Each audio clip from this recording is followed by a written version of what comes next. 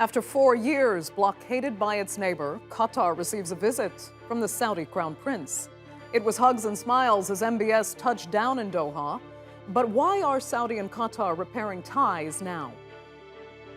I'm Andrea Sankey, and today's newsmaker is Mohammed bin Salman's tour of the Gulf.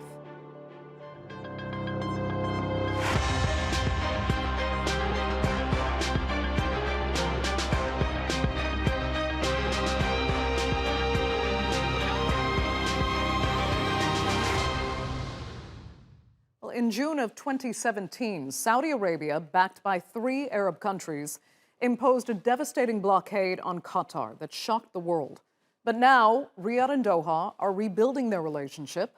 On Wednesday, Crown Prince Mohammed bin Salman paid his first visit to Doha since the two severed ties 4 years ago. The trip was the 3rd stop on his tour of several Gulf nations, and Qatar's Emir Sheikh Tamim bin Hamad Al Thani was pleased with the outcome. The relations of brotherhood and cooperation between Qatar and Saudi Arabia are based on solid foundations of history and a common destiny. Today I discussed with my brother, Prince Mohammed bin Salman, ways to enhance this cooperation between our two countries. I also affirmed with him our common concern to support security and stability in the region. Welcome to my brother Mohammed in Qatar. But back in 2017, it didn't feel like much of a brotherhood when Saudi Arabia, Bahrain, the UAE, and Egypt blockaded Qatar, sealing off its only land border and severing all diplomatic ties. Air, land, and sea routes to the peninsula were cut as Riyadh and its allies accused Doha of supporting terrorism and being too close to Iran. The tiny Gulf state was sent a list of 13 demands that included shutting down the Al Jazeera News network and its affiliates, as well as closing Turkey's military base in the country. But in spite of Qatar's refusal to meet any of the conditions, ties were suddenly restored in January, and the blockade was lifted. What happened today, thanks to the wisdom of the council members and our Egyptian brothers, is the closure of the folder of all points of difference and a full return to diplomatic relations, along with everything that serves the relations between the GCC member states and Egypt as well. This will hopefully be an important step towards the future and stability of the region. Next week, the GCC will hold its 42nd summit, the first since the embargo was lifted. But after years of animosity, why is Riyadh looking to restore ties with Doha now? MBS's tour of the region takes place while talks to salvage the Iran nuclear deal are underway in Vienna. Qatar's relationship with Tehran was one of the major reasons the two cut ties. And while statements coming out of the meeting have been positive so far, both leaders still differ on multiple issues, especially in terms of foreign policy. So what's behind this latest step in rapprochement, and will it eventually transform regional dynamics? Well, to discuss that and more, I'm joined now from Riyadh by Saudi and Gulf Affairs expert Mohammed al Qubaiban. Marwan Kabalan is the Director of Policy Analysis at the Arab Center for Research and Policy Studies in Doha. From Washington, D.C. is Annelle Sheline, a research fellow in the Middle East program at the Quincy Institute. And with me here in the studio is Taha Meli Arvas, an adjunct professor at Bogazici University. Thanks all so much for being with us. Let me start in the studio. You know, Taha, one wouldn't expect an apology per se, but with his actions now, is Mohammed bin Salman kind of formally acknowledging that his policies failed? I think what he's doing is he's acknowledging that the situation on the ground has changed. The cards he has in his hands have changed. It's a different world. In 2017, everything was great. The Trump administration was in office. He had great relations with them. And now we've had this coronavirus pandemic, which brought down oil prices by 90%. Suddenly, the greatest wealth of Saudi Arabia was in jeopardy, and that goes for for most of the other GCC countries. So he needed to reevaluate the situation. Will Saudi Arabia and the other countries continue to risk continued economic strife with their neighbors, or is it best to come back to the table and smooth things over, lest another major shock happen to oil prices. So just to be clear, if given the chance to do it all again, MBS would still choose the blockade? I think so. I think so. I think he thinks that was the best decision at the time. Even in hindsight, I don't think he made a mistake. Okay. Mohammed, let me ask you in Riyadh, do you think that's the case? Well, what I think, no, it's what's the regarding the visits, if you're asking me about the visits, I think that a normal visits, it's a preparation for the main GCC conference, will be in one of the GCC countries. So it is basically to improve the relationship between the countries and especially the security. You knew the challenges and what's happening with the Iranian and their nuclear agreement. Okay, but I mean, So improving I the think relationship now is one thing, but are there regrets in Riyadh about what's happened over the past 4 years and what many see as the failed policy of Mohammed bin Salman to blockade Qatar and try to isolate a neighbor? No, I don't think so. It's type of that we feel sorry or we're regretting. No, that was a situation. It required an action. Now I think the time is over and they are looking for future. Yes, maybe we've been affected, not as a GC and as a country, but as a Muslim relationship. You know, today I've read an article from Pakistan, one of the news, and it says, truly, if the GCC countries get back again together, it will help the relation between all countries. So, matter of regret or no, I thought that situation, it required that action. But since we get together in Ola last year or the beginning of this year, I thought that a very good decision. So let's move forward and see what's the best for the Vision 2030 and other GCC country future visions. Okay, let me ask Annelle. I mean, was it the correct policy at the time?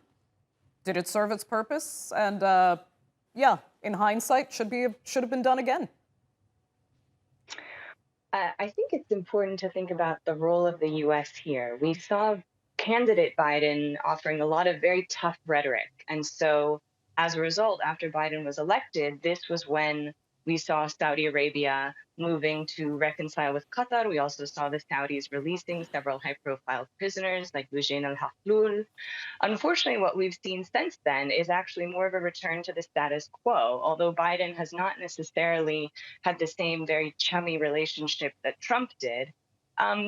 He's maintained a lot of the same relatively positive U.S.-Saudi relations, including just recently pushing through a new missile sale to Saudi Arabia over some objections from Congress. But I think in general, and thinking about why we're observing this level of diplomacy in the Gulf has to do with the U.S. withdrawal from Afghanistan and the realization that these countries cannot count on the U.S. as their security guarantor and that they really need to work out a modus vivendi between them, that it's not in their interest to fight internally with each other, and they do need to worry about other threats, for example, Iran, other concerns. I think especially my colleague's point about the oil price is very well taken, that these interventionist foreign policies just haven't paid off for either Saudi Arabia or for the UAE, and they're pursuing a new way forward. Okay, let me ask, get the perspective from Doha, and Marwan is there for us. I mean, Marwan, is Qatar in essence ready to forgive and forget and move on because times have changed, conditions have changed, and Qatar needs relationships, stronger relationships with particularly its Saudi neighbor? Yeah, I believe Qatar would want actually very much to move forward. I think there is an admission now by everybody. The crisis hurt almost everybody, and everybody wants to turn a new page now. Circumstances have changed a lot over the past 4 or 5 years. Saudi Arabia discovered that the division within the GCC weakened its position to a great extent, and the tour now by Crown Prince Mohammed bin Salman is an attempt to re-establish the leadership, the role of Saudi Arabia as a leader of the GCC countries. And I believe everybody else would want actually to forget about, perhaps forgive, not forget, but forget perhaps what happened over the past 4 or 5 years. I think your guests have rightly alluded to the fact that the factors which have led these countries to impose the blockade has now changed. Now we have a new administration in the White House. Everybody is wary about the U.S. commitment to the security of the GCC countries. So I think there is a sense of commonality between the GCC countries that we should perhaps come together now and try to forget the past 4 years. What concerns me slightly, Annelle, I want to direct this to you about what I'm hearing here, is that it was basically, I guess, the loss of Donald Trump as such an ally for Saudi that's prompted a lot of this and kind of forced this policy change. But what happens, if Trump makes a comeback in a year and a half time? Will this all go back to what it was before? Could it potentially? I think it could. And I do, as someone who is not a fan of Donald Trump, I do worry very much both for the future of the United States as well as for the rest of the world, what it might mean if he were to be reelected. I think MBS and MBZ as well in the UAE probably would very much welcome a return of Trump. Or a Trump-like figure, which, given the way American politics are going, does seem possible that that's what could emerge. However, I hope that perhaps MBS learned his lesson. I mean, the ongoing devastating war in Yemen, which has sucked up huge amounts of resources from the Saudis and actually undermined their security. We're seeing more missile attacks across the border. So Saudi Arabia is in a worse position now than it was when it started the war in terms of its own security and Iranian influence in Yemen. And so I hope MBS perhaps has learned that pursuing this more interventionist foreign policy is often much more costly and less beneficial than perhaps he may have initially presumed when he launched several of these actions, including the blockade of Qatar, the intervention in Yemen. Right. So inshallah, he has learned. Okay, let me ask Mohammed then. Do you think the Crown Prince has learned, or is there a chance we could revert back to the same should, for example, Donald Trump be reelected, or conditions just change in general on another front, perhaps with Iran? Ma'am, you knew the Saudis and their brothers, even in the GCC, first, they didn't depend that much in a person when he is in power, like what my colleagues was talking about, that if Trump come back, then this will be a good for the Saudis and the UAE. So we work with the governments. The other thing is, what was the other part of your question, sorry? No, should anything else change if conditions change again within a year and a half or so, not just with Trump, but should something change on the Iranian front or with Israel, could Saudi change tact again? The change always there. You know, the policies is always interest and it's a relationship. So what I like about the leaders, honestly, that they work with the situation, how it's going. Now the threat, as one of my colleagues was saying, increasing from Yemen. The agreement is a nuclear agreement with the Iranian has a difficulty. Plus, there is a few changes. You knew the Arabs' relationship with Lebanon and other countries, they cut their relationship. So what I'm saying here, there is no static or there is no a case as a fixed or as is. No, there will be a changes, and it has to be changes for the benefit of our national interest. Okay. It's interesting. I'm going to bring it back to the studio for 1 second because, this is a 4-year hiatus of the Saudi-Qatari Coordination Council because of the events that completely changed the dynamics of the region and the world, really. And here we are now with the leaders of Saudi and Qatar finally sitting down together again. And Taha, I'm just wondering why so few people are really talking about it. We are today, but coverage has been extremely limited given the magnitude of this event. Right. I think no one likes to eat crow and admit they made mistakes. I think it was these 4 years are just 4 years that have been lost that could have been 4 years of prosperity, of trade, of increased cooperation, that could have helped both countries and the region, frankly. I mean, all these countries have all these difficulties. Similarly, the Iranian nuclear deal that's an Obama-Biden policy. It was repealed during Trump, and now it's coming back. It's just like all this time has been lost because of political infighting. So I think a lot of people don't want to admit that this was a waste of time, frankly, for everyone. So that's why we're not hearing much about it, both in the East and the West. Okay, so they're going forward slowly and quietly. Right. Okay. Marwan, let me come back to you because I want to ask you more about Qatar's position right now. And in this kind of reconciliation process, do you think Qatar feels more aligned at heart with its fellow kind of Wahhabis in Saudi and in the Gulf, or with Iran?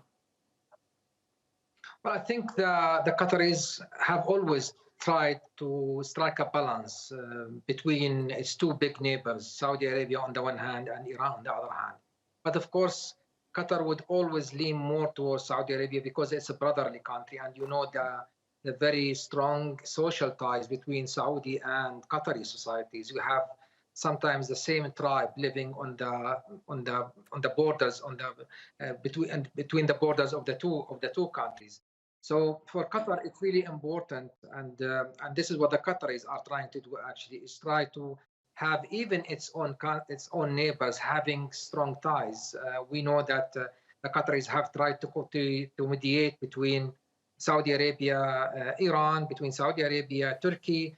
So it's in the very interest of Qatar actually to have the sort of atmosphere in the region that is far from being hostile between its different neighbors. Of course, I mean, as my colleagues mentioned before, the U.S. factor is always important, but I really don't think that even if President Trump make a comeback in the next election in the United States, that would mean that automatically the blockade on Qatar will be reimposed. I don't agree with that assessment. In fact, I think people here have learned a lot over the past few years.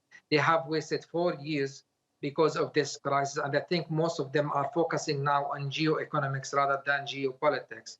And I believe now everybody is looking forward towards seeing a breakthrough in the Vienna negotiation with Iran. Although, I mean, we are not expecting that to be very, very soon, but it's in the interest of the region to have the sort of dialogue and diplomacy solving the crisis that we don't have lack of crisis in this part of the world, but we think we have a lack of diplomacy in dealing with them. Right now, we are seeing this sort of the Saudis trying, as I said before, to change the approach to their foreign policy. The Emiratis are changing their approach to foreign policy, and that is a welcome development here by Qatar.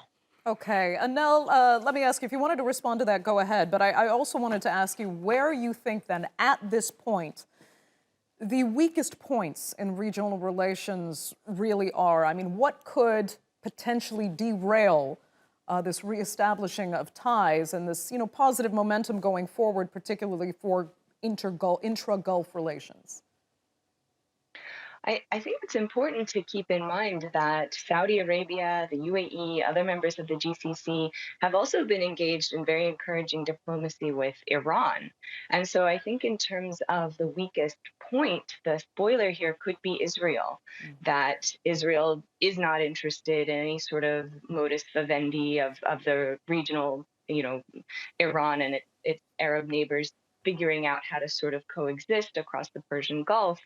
Israel is not interested in that, and might instigate conflict, which would then force the United States to get involved, even though we know Biden has been very clear he wants to get out of the region. He got out of Afghanistan. He's not interested in launching another war. It has been interesting to hear from some Israeli officials who are admitting that the withdrawal from the JCPOA was a mistake, that it has enabled Iran to move much closer towards developing a bomb. Israel feels very threatened by this. I think, unfortunately, rather than necessarily getting back into the JCPOA, I worry that Israel might take action or try to pressure the U.S. to take some kind of military action. And unfortunately, I don't think any member of the GCC is really interested in more conflict breaking out. I think, as my colleague said, a lot of these countries are interested in focusing on their economic prospects, especially in the wake or in the context of COVID. And these countries are just not interested in having to deal with more violence. Right. I just want to get the perspective then from Riyadh and Mohammed, how you think Saudi could respond to kind of the Israeli action that Annelle was just describing. Well, we don't need any more conflict in the region, honestly.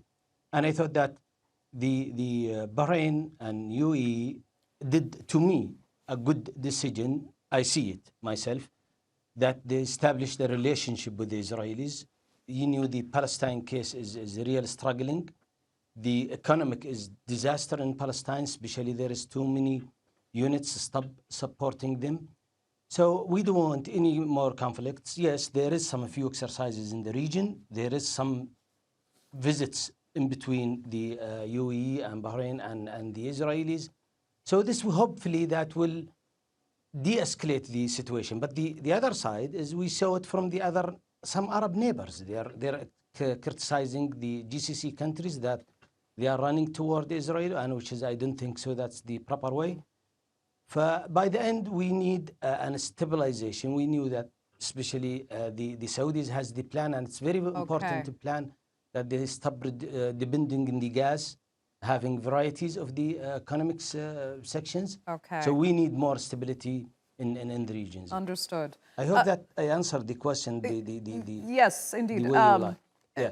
So let me ask Taha then about how you think Israel could factor in the future, including with, I don't want to call them obligations, but the fact that the Abraham Accords were signed, and now there are Gulf relationships with Israel. Will they feel obligated to respond to Israeli concerns? Do you think they're ready to just throw those out the window? And I also wanted to ask where Turkey could come in at that point as kind of a moderate mediator of sorts. What makes us with all these developments interesting is that, I mean, the whole reason that the UAE and Saudi had problems with Qatar was because they were not friendly necessarily, but more friendly with Iran than they were. And suddenly, Saudi and the UAE are suddenly now more friendly than they were in the past with Iran. And Qatar is like, this is the whole reason why we had a problem. What's the problem now if you're doing the same thing? So now that Israel is allies with all these countries, it's allies with UAE and I believe Bahrain and a few others, Morocco, I think it was, or recently, I can't remember the other ones. But I mean, there's no longer an issue between these, and Saudi Arabia is kind of de facto allies with Israel as well now.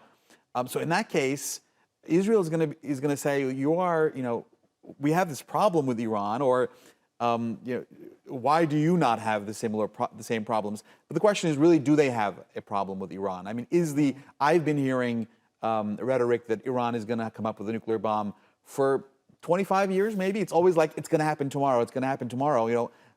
Who knows how long that'll take, if that even happens. But in short, I think everyone is pragmatic now, and they realize that politics is no longer as important as it was in the past, that Saudi Arabia has a huge population, by the way. Despite its oil wealth, this is not a very rich population. Unlike the UAE, who has a very small population, they need to subsidize the continued existence of their nations. So they're doing whatever they can to lessen the financial burden on their country. So, right. Yeah. Marwan, very quickly, do you see the same pragmatism being at play as all of this moves forward, or do you worry that somehow there could be an Israeli spoiler that could really kind of derail or complicate the efforts for more reconciliation?